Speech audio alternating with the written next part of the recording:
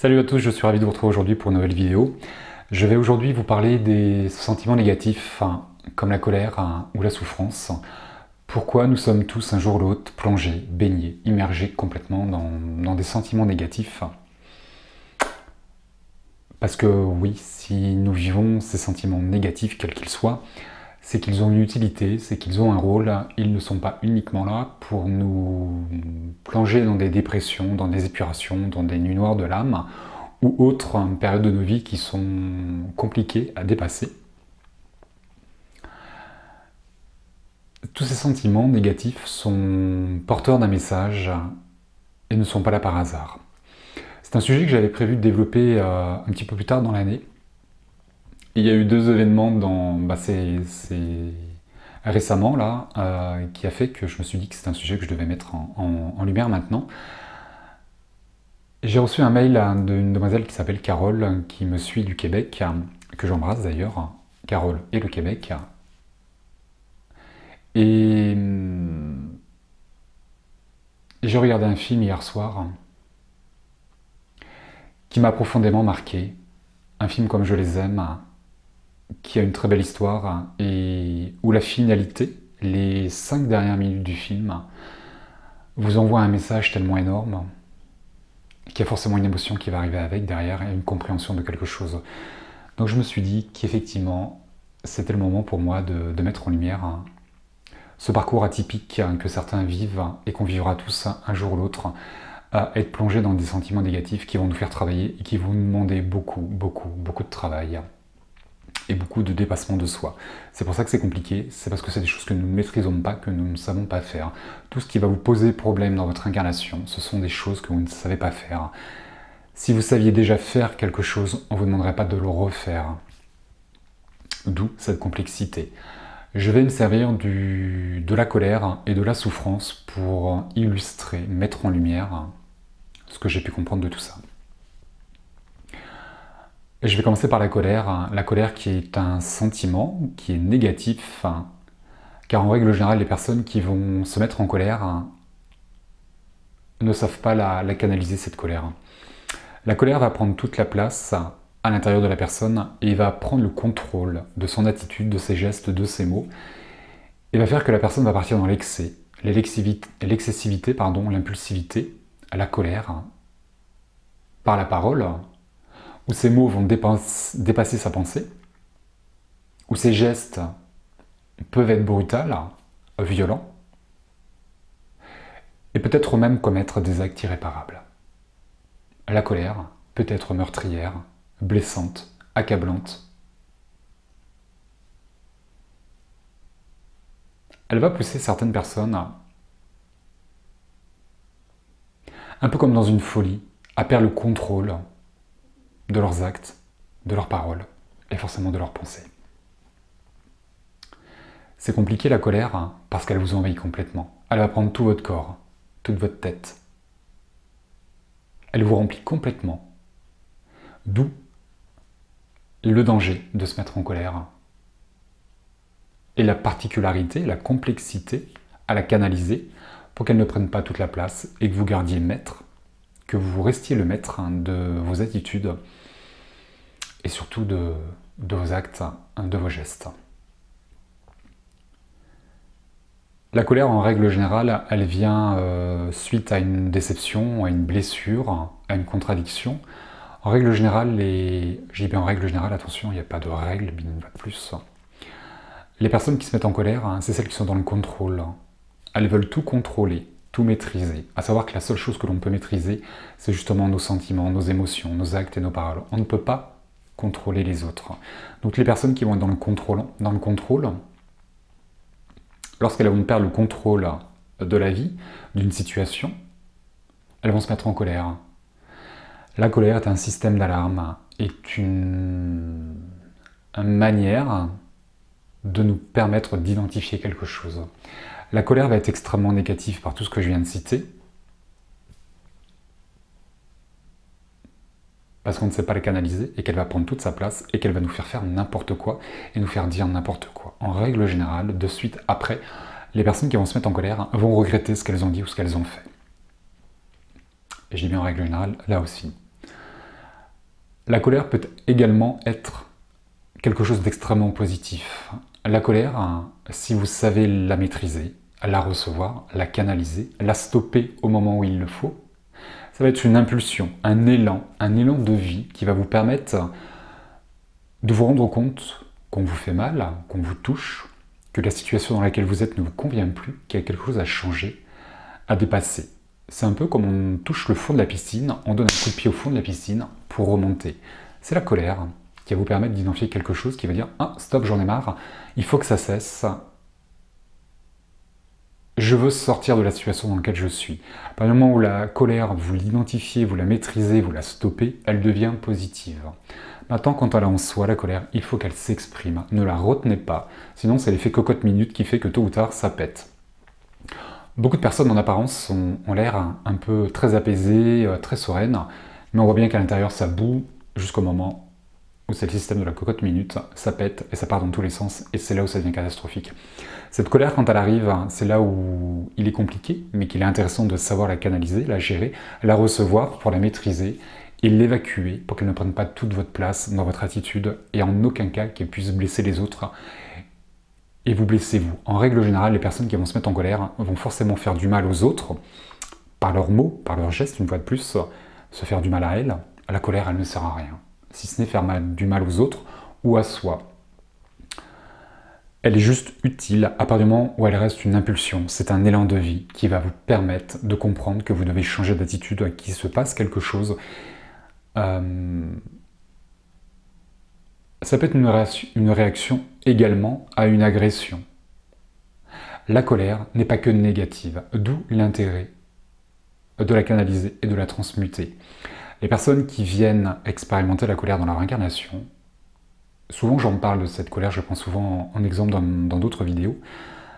Pour toutes les personnes qui venaient expérimenter la colère, ne dites pas « Ok, ça marche, j'ai compris que je devais expérimenter la colère, je vais me mettre en colère tout le temps. » Parce que la vie, comme elle est bien faite, va vous mettre dans des situations où face à des personnes qui vont vous permettre de vous mettre en colère. Maintenant, le but de la colère, de vivre la colère, c'est justement d'arriver à la canaliser et à la gérer pour en faire quelque chose de positif, un élan de vie, une impulsion. Donc tôt ou tard, dans votre incarnation, vous devrez arriver à un moment de paix, à un moment de calme, à se dire « Ok, je me mets en colère, mais je me stoppe, je me réfrène jusqu'au moment où la colère va disparaître. » La colère est un sentiment qui doit se transmuter, qui doit se transformer, qui doit se canaliser et arriver à l'opposé. Nous goûtons tout et son contraire. Je viens goûter, expérimenter, vivre la colère et son contraire, la paix intérieure.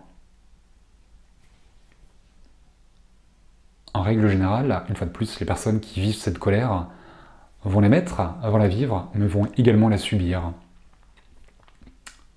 Dans l'époque à laquelle nous vivons aujourd'hui, tout s'accélère. Avant, nous vivions quelque chose dans une incarnation, nous partions et nous revenions vivre son contraire. Aujourd'hui, nous vivons plusieurs choses en même temps pour les dépasser, pour les transmuter. Donc du coup, pas besoin de revenir. C'est être conscience de ses actes. Prendre conscience de ses actes. Et que tout a une répercussion, un effet sur les personnes qui nous entourent. C'est la loi du karma, le lien de causalité. Alors, il y a plein d'autres sentiments comme la colère, la haine, la culpabilité. Tout ça, ce sont des sentiments que vous ne devez pas subir. Si la vie vous fait vivre des sentiments négatifs, comprenez-les, vivez-les, transmutez-les, laissez-les passer, et vous allez voir que derrière, il y aura une autre information, un autre sentiment qui apparaîtra. C'est pour ça que parfois, nous vivons des sentiments, des émotions qui ne sont pas terribles et qui font mal à l'intérieur et qui font mal aux autres. Mais ce ne sont pas des choses à subir, ce sont des choses à transformer. Carole, dans son mail, me demandait pourquoi elle souffrait autant dans le deuil de la personne qu'elle aimait. Elle n'arrivait pas à... Pourquoi elle avait cette souffrance et pourquoi elle n'arrivait pas à la dépasser et pourquoi on doit lui demander de vivre ça. Là aussi, c'est pas... on ne nous envoie pas l'abattage. On vous met dans des épreuves parce que c'est des choses que vous ne savez pas faire, et que vous avez choisi de faire dans vos incarnations. C'est là où l'âme a plus de sagesse, a un autre regard que nous, dans nos incarnations, nous pouvons comprendre ce que nous vivons, a choisi de vivre ce qui lui pose problème pour justement comprendre ce qui lui pose problème et transmuter tout ça et en faire une véritable force. Donc la souffrance, elle aussi, qu'elle soit liée à un deuil, à la perte d'un travail, à une rupture sentimentale de toute manière, c'est également un deuil. Un travail, un licenciement, c'est également le deuil de quelque chose. Et j'ai perdu quelque chose, je ne le vivrai plus jamais. Du coup, la souffrance peut arriver à ce moment-là, comme d'autres sentiments tout aussi négatifs. La souffrance de Carole, comme beaucoup, elle est normale. Elle arrive automatiquement. On vous enlève quelque chose que vous aimiez, que vous appréciez. Du coup, c'est dégueulasse. Il n'y a pas d'autre mot. Ouais. Pourquoi on me fait ça? Pourquoi on m'inflige ça? La souffrance dans un deuil, elle est là, dans un premier temps, pour identifier tout l'amour que vous portiez à l'autre personne. Vous saviez que vous aimiez votre conjoint, votre mari, votre femme. Pas besoin qu'on vous l'enlève. Ça vous permet de vivre cet amour différemment. Avec cette souffrance, il y a d'autres sentiments qui vont être là à côté. C'est évident. La souffrance ne doit pas prendre toute la place. Elle doit elle aussi être vécue pour disparaître, pour transiter, pour être transmutée elle aussi, et laisser apparaître derrière quelque chose de beaucoup plus léger, beaucoup plus agréable. Il est compliqué de vivre sans l'amour de sa vie, c'est évident. C'est évident. Maintenant, je vous rappelle là que la mort ne coupe rien, elle transforme. Elle va vous permettre de vivre différemment. Le propre du deuil, c'est de pallier au manque et à l'absence de l'être aimé. C'est normal. Cette souffrance, elle est là pour identifier ce qui vous manque, tout ce qui est lié aux circonstances de ce que vous êtes en train de vivre. Avec cette souffrance, il va y avoir plein d'autres choses. De la colère, de la haine, de la culpabilité, de l'amour. Cette souffrance, elle est là pour vous permettre de délivrer tout ça. Vous souffrez, vous pleurez, vous criez, vous parlez, vous écrivez, vous rencontrez du monde, vous extériorisez plein de choses. Si vous n'êtes pas en souffrance, vous gardez tout à l'intérieur et vous vivez comme ça pendant des années et des années. Le travail de guérison ne se fait pas.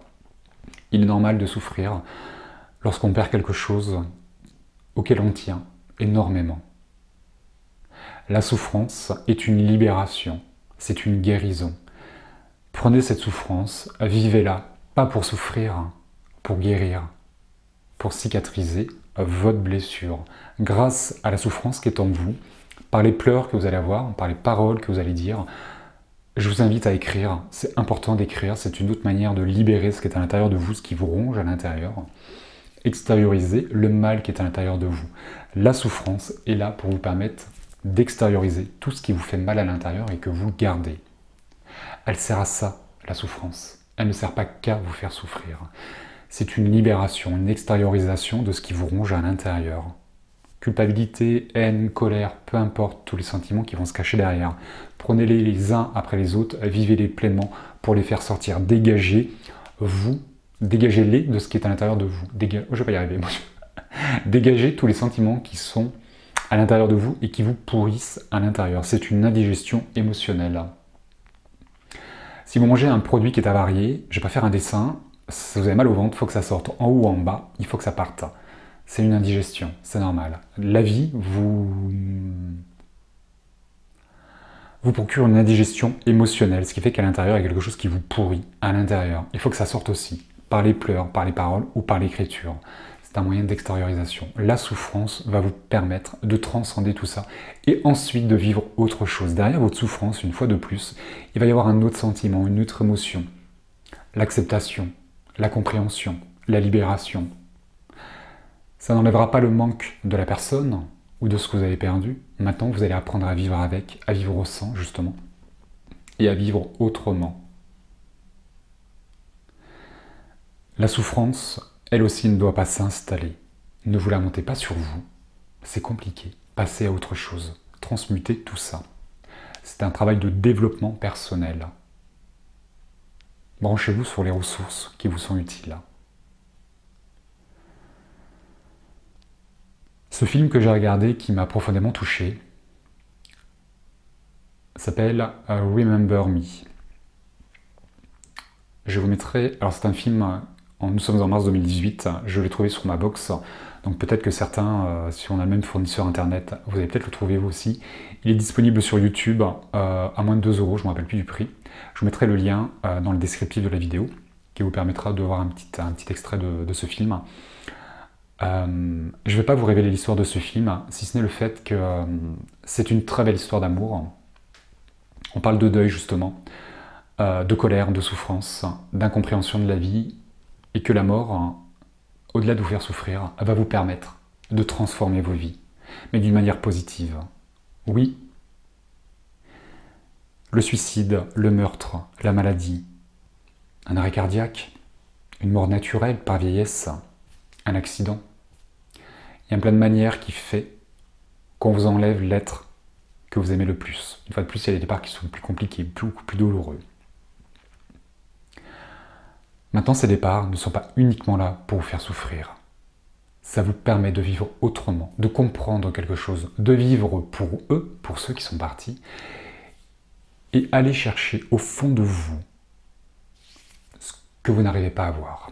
Ce film illustre parfaitement bien ce que le deuil peut vous permettre de comprendre. Ce film, pour moi, est une très belle leçon de vie. C'est un film qui date de 2010, ça fait 8 ans. J'en avais jamais entendu parler. J'ai adoré ce film. Prenez le temps de le regarder en entier, et vous allez voir qu'à la fin du film, les 5-10 dernières minutes, je ne sais plus, va peut-être vous permettre de comprendre dans quelle situation vous vivez et ce que pourrait vous apporter la mort, le départ de l'autre. Qui fait que dans un second temps, après avoir digéré votre colère, votre souffrance, votre peine, l'absence, le manque, il y a autre chose à vivre. Ça peut aussi transformer vos vies. Ça peut également vous guérir de quelque chose que vous n'avez pas identifié.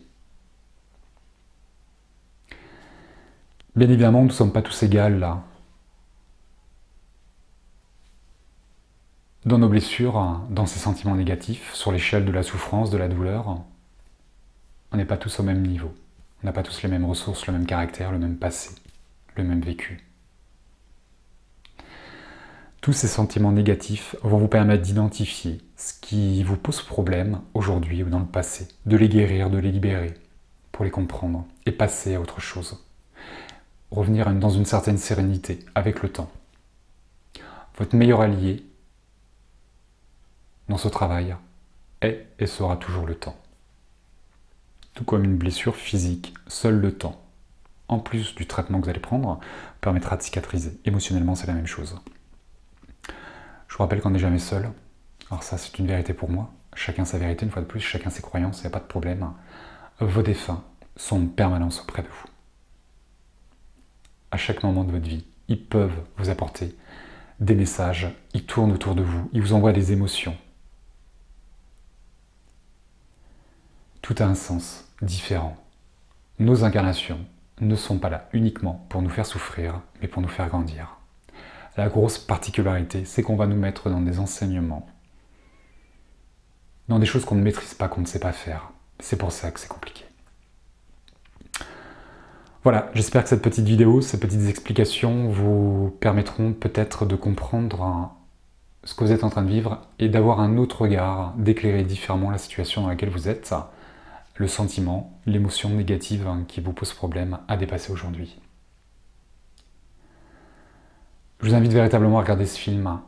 Sur YouTube, c'est à moins de 2 €. Après, sur la box, c'est gratuit. Il y a peut-être d'autres moyens pour trouver ce film.